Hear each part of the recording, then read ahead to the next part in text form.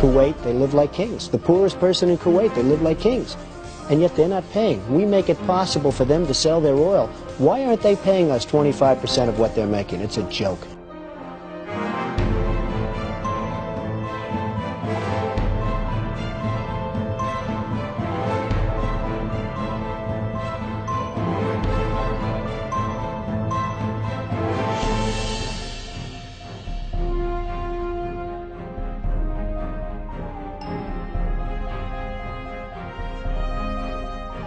Why didn't we say, we want 50% of your oil forever, or we're not letting you go back in?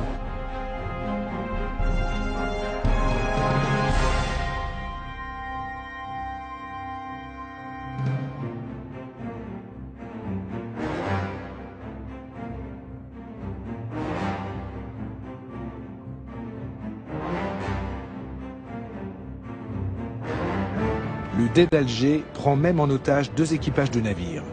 Ils réclament 60 000 $ pour leur libération ou menacent d'en faire des esclaves.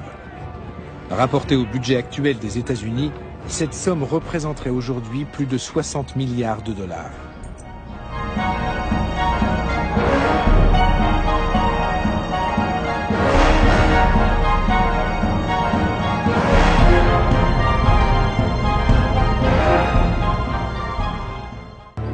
Nous les avons achetés.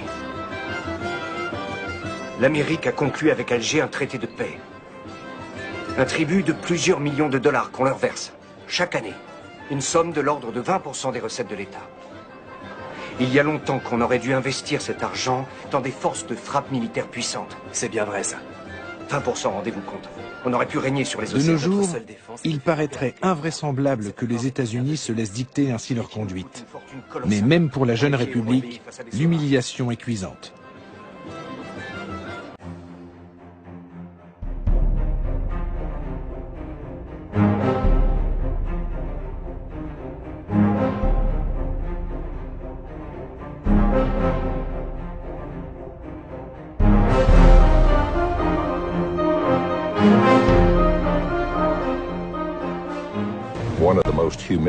En 1795, les États-Unis ont connu un épisode particulièrement humiliant. Le Dey Hassan, le régent d'Alger, a exigé que les Américains lui construisent un navire au lieu de lui verser un tribut en espèces sonnantes et trébuchantes.